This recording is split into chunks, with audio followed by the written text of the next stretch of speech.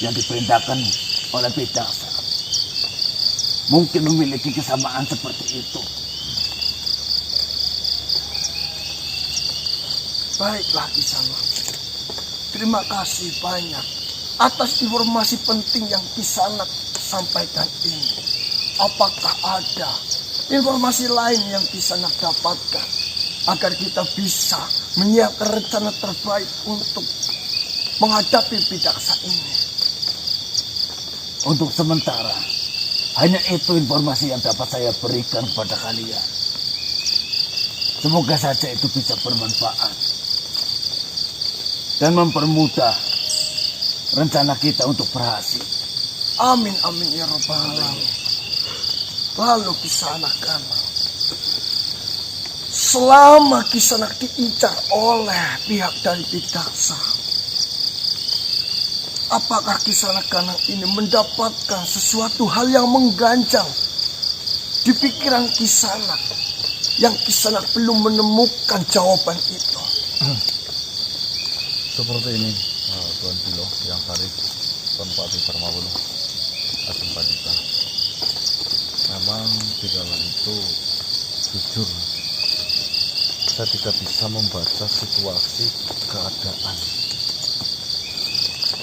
Mereka semua memberundung mati-matian terhadap diri saya. Yang saya bisa lakukan hanya melakukan sebuah persembunyian, dan persembunyian. Pergerakan saya sangat terbatas di dalam itu.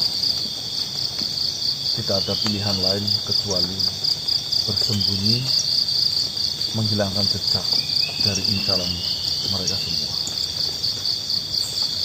Tetapi ada satu kata di mana di saat saya bersembunyi di sebuah lorong seperti lorong tanah. Kebetulan di saat itu saya melepaskan semua energi saya. Di situ ada sebuah obrolan. Obrolan itu menurut saya agak mengandung sebuah amarah yang saya dengarkan.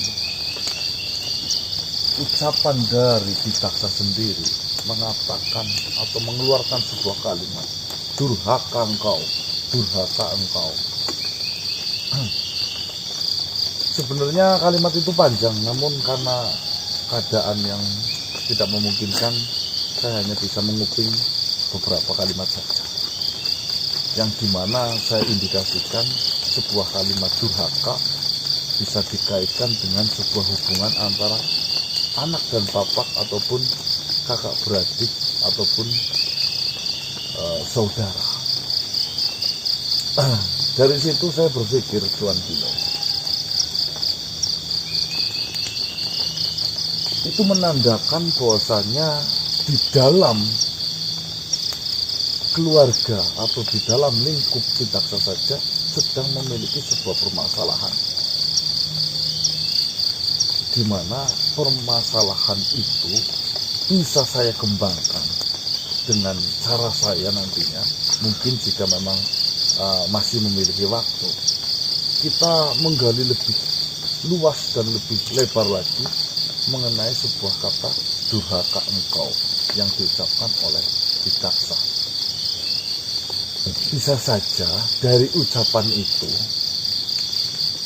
itu akan menguntungkan bagi kita kalau kita sudah mengetahui titik permasalahan besar yang ada di dalam keluarga dari Bidaksa itu sendiri. Mungkin seperti itu informasi yang saya dapatkan. Saya kembalikan ke Tuan Dongo Pilo. Apakah ucapan itu bisa kita kembangkan serta bisa kita manfaatkan atau tidak? Terima kasih Kisanak Kana. Seperti ini, dari apa yang disampaikan oleh Kisanak sendiri mengenai durhaka lah engkau, apakah Kisanak mengetahui bisa Bidaksa itu memiliki seorang anak? Saya sangat minim mengenai keluarga Bidaksa tentunya. Nah, ini pengetahuan. Kita tidak bisa menggali itu Baiklah, anggap saja perkataan yang dilontarkan oleh Bidaksa mengenai durhakalah engkau. Kita ambil jalur tengah karena kata durhakalah engkau itu sangat kental dengan hubungan anak dan orang tua. Bisa. Maka jika Bidaksa sampai mengucapkan kata itu dan menggunakan nada yang amarah, berarti di situ sedang terdapat selisih paham di antara kedua makhluk itu. Mungkin seperti ini Tuan Pilo. Bisa berkemungkinan hubungan antara anak dan orang tua ataupun kakak dan adik. Kata durhaka bisa diterapkan di dua sisi itu Tuan Pilo. Benar sekali di sana. Seperti ini saja. Berarti di sini kita harus benar-benar menggali informasi mengenai hal itu. Karena di sisi lain, dengan apa yang disampaikan oleh Bidaksa, tentunya itu adalah salah satu perselisih pahaman di dalam permasalahan yang sedang Bidaksa hadapi. Selain dengan kita, Bidaksa juga memiliki masalah dengan makhluk yang lain. Bahkan bisa dikatakan keluarganya itu. Benar sekali. Mungkin kita yang perlu dilakukan saat ini adalah bukanlah sebuah penyerangan, bukanlah menyiapkan sebuah rencana untuk melakukan penyerbuan terhadap Bidaksa. Yang pertama harus kita lakukan adalah dari para sahabat yang lain dan para pasukan yang lain harus benar-benar bisa menyiapkan satu ataupun dua pasukan yang memiliki kecepatan tinggi untuk diletakkan di setiap titik-titiknya.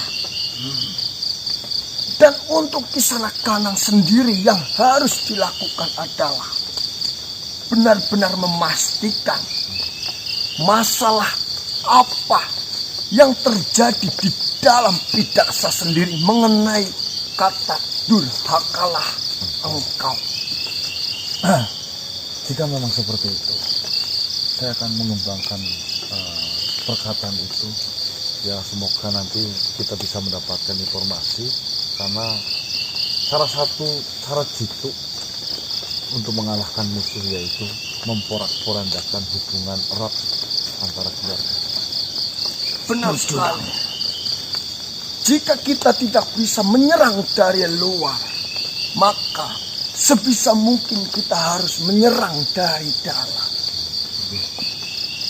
Di lain sisi, para pasukan yang lain juga harus mempersiapkan pasukan-pasukan yang memiliki kecepatan tinggi ataupun memiliki serangan dengan kecepatan tinggi. Di sisi lain, Kisana juga harus mempersiapkan dan mengetahui banyak hal mengenai permasalahan di dalam diri Bidaksa. Baik, mohon izin semuanya. Saya akan mengembangkan mengenai kata durhakalah engkau. Baiklah. Apakah ada pertanyaan-pertanyaan lain yang ingin Kisana semua tanyakan mengenai langkah apa selanjutnya yang harus kita lakukan dalam menghadapi Bidaksa ini? Seperti ini, Tuan Dongopilo. Silakan di sana. Saya rasa malam hari ini mereka semua mempersiapkan sesuatu hal. Karena saya mengatakan demikian, saya merasa di dalam perjalanan malam hari ini saya tidak menemui kejanggalan-kejanggalan ataupun penyerangan yang dilakukan oleh rombongan dari mereka. Jadi yang saya khawatirkan ya, mereka menyusun sebuah rencana besar yang akan dilemparkan terhadap kita.